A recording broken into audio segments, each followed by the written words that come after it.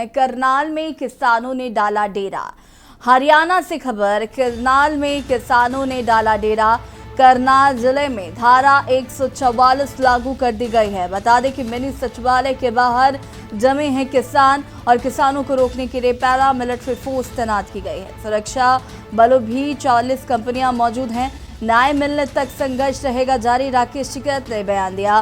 करनाल में किसानों ने डाला डेरा। करनाल जिले में धारा 144 लागू की गई है। मिनी सचिवालय में आपको बता दें कि किसानों ने डेरा डाल रखा है और कहा है कि जब तक मांगे पूरी नहीं होंगी हम यहां से नहीं हिलेंगे।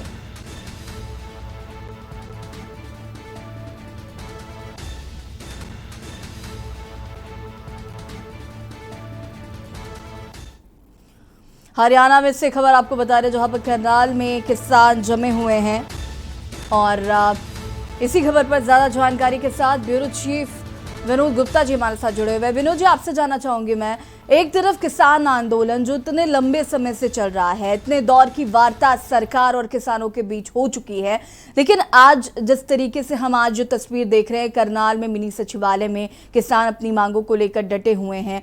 काफी पुलिस के साथ भी झड़प देखने को मिली किसानों की। क्या कुछ अभी तक अपडेट्स है, क्या कुछ जानकारी मिल पा रही है? धारा 144 भी लागू कर दी गई है चूंकि। देखिए, धारा 144 लागू होने के बाद भी जो किसान हजारों की संख्या में किसान मंडी चौक पर करनाल में जुड़े हैं और जी। उनकी सीधी मांगे हैं कि पहले तो जो एसडीएम है उसके खिलाफ कानूनी कार्रवाई की जाए, उसको सस्पेंड किया जाए और साथ के साथ जो गिरफ्तार किए गए जो मामले हरियाणा के अंदर किसानों पे हुए उनको वापस लिया जाए और जो तीनों कृषि कानून को लेकर रद्द करने की जो मांग है वो बदस्तूर जारी है।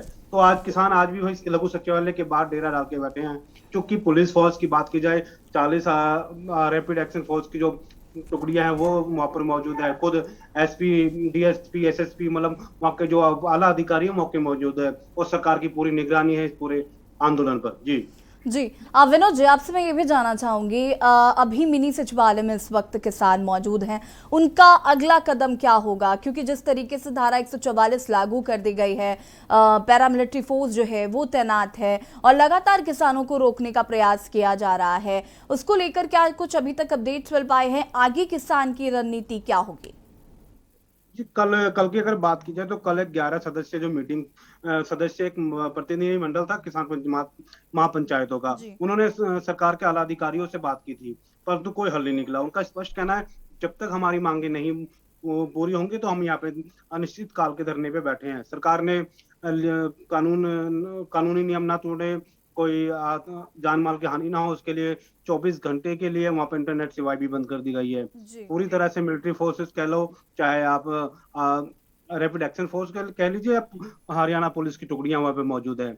25 डीएसपी, 5 एसपी खुद मौके पर डीजीपी मुआयना कर रहे हैं, निगरानी कर रहे हैं। गृह मंत्रालय का पूरा, हरियाणा गृह मंत्रालय का पूरा वहां पर चौकसी है कि कोई किस तरह की जान माल की हानि ना हो। हाल क्या निकलेगा ये तो अभी आने वाला वक्त बता पाएगा, परंतु किसान अड़े हुए हैं। सरकार अपनी जगह है, सरकार कहती है आप बातें सुने, बताए, अपनी हल बताए किस तरह हल निकलेगा, परंतु जिस हिसाब से किसान अपने हल निकालने की बात कर रहे हैं वो सरकार को भी मंजूर नहीं है। जी जिस तरीके से विनोद जी, हम पिछले कई लंबे समय से देख रहे हैं कि विपक्ष भी कहीं ना कहीं किसान आंदोलन को जिस तरीके से आड़े हाथों ले रहा है और किसान आंदोलन के समर्थन में है, और जिस तरीके से सरकार को लगातार घेरा जा रहा है विपक्ष द्वारा भी। कैप्टन अमरिंदर सिंह की अगर हम बात करें तो उन्होंने भी कई बार ये बात आकर, दिल्ली आकर भी ये बात कही है कि जो किसानों के ऊपर मुकदमे लगाए गए हैं उन्हें वापस लिया जाए। तो विपक्ष का भी पूरा समर्थन मिल रहा है। तो आज जब करनाल में इतने किसान जमा हैं मिनी सचिवालय में, तो क्या विपक्ष भी वहां पहुंच रहा है, विपक्षी दल भी वहां पहुंच रहे हैं? विपक्ष कहीं ना कहीं, विपक्ष का जो पूरा सपोर्ट है वो किसानों को है और यही कारण है कि शायद जो पिछले 10 महीनों से लगातार जो आंदोलन, चाहे वो टीकरी बॉर्डर, चाहे सिंगू बॉर्डर, चाहे कहीं भी चल रहा है, वो विपक्ष के कहने पर चल रहा है। और जी। यही कारण है जो आज करनाल के अंदर, चूंकि पिछले एक हफ्ते पहले करनाल में घटना घटी थी, जी। किसानों पे जो लाठीचार्ज हुआ था, उसको लेकर ये किसानों ने ये आंदोलन किया है। और ये कहीं ना कहीं विपक्ष की भी एक साझेदारी हो सकती है। विपक्ष यहाँ मौजूद है, सरकारें अपनी जगह कवायद कर रही है, विपक्ष अपनी जगह अपनी रोटियां सेकने में लगा, क्योंकि चुनाव का समय अब कई राज्यों में आ रहा है। जी जी, आपसे जानना चाहेंगे विनोद जी, क्या किसी तरीके का कोई आश्वासन दिया गया है? क्योंकि अनिल विज का बयान सामने आया था और अनिल विज ने कहा था कि हमने प्रशासन से भी बात की है और हम लगातार किसानों से भी बात करने की कोशिश कर रहे हैं, सौहार्द और शांतिपूर्ण तरीके से बात की जाएगी। तो क्या किसी तरीके का आश्वासन दिया है?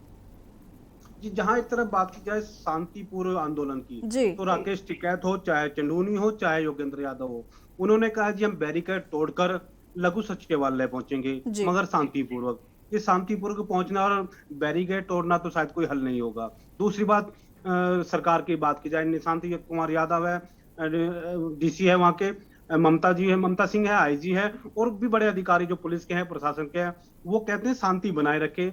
अपनी एक आप अपने प्रतिनिधि मंडल को लाए, आराम से बैठ के बात करें, हल निकल सकता है, परंतु हल निकलेगा शांति के साथ, आंदोलन करके नहीं, बैरिकेड तोड़कर नहीं। जी जी, देखना होगा विनोद जी कि या कुछ इसका हल निकलता है। फिलहाल आपका बहुत बहुत शुक्रिया तमाम जानकारी के लिए।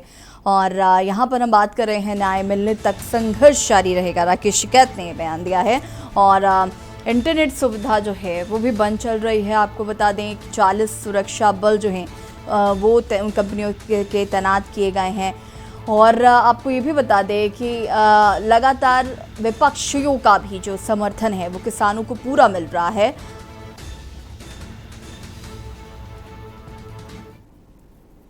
और अब मुजफ्फरपुर से आपको खबर बता देते हैं।